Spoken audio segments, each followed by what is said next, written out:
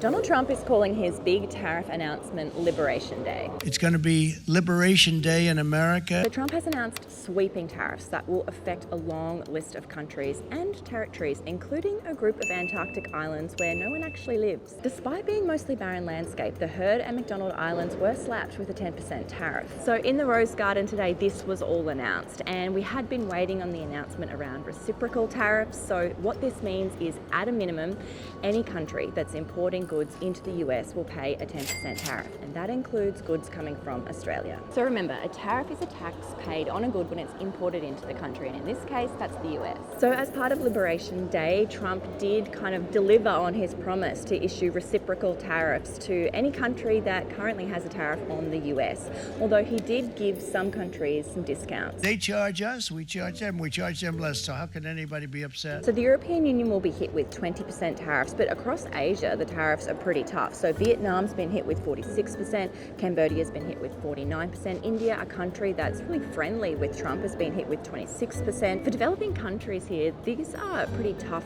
blows. Take Bangladesh, it'll be hit with a 37% tariff. So he's very much talking to his America First base here, the idea that tariffs are a way to get a better deal for Americans, even if most economists agree that it might lead Americans to pay more for items. But he brought a manufacturing worker from Michigan up on stage. So he also talked a lot about national security, and the argument from Trump, and we've heard it from his advisors as well, is that by tariffing other nations, they're trying to incentivize manufacturing in the US, and increasing that capacity gives them, the theory is, the option to generate more of the machines they need to defend themselves. The tariffs kick in very soon, but no doubt there'll be negotiations and potentially even some challenges happening. So Australia got off pretty lightly, really, but the PM, Anthony Albanese, has threatened to kind of launch a dispute resolution process under the Australia-US Fair Trade Agreement.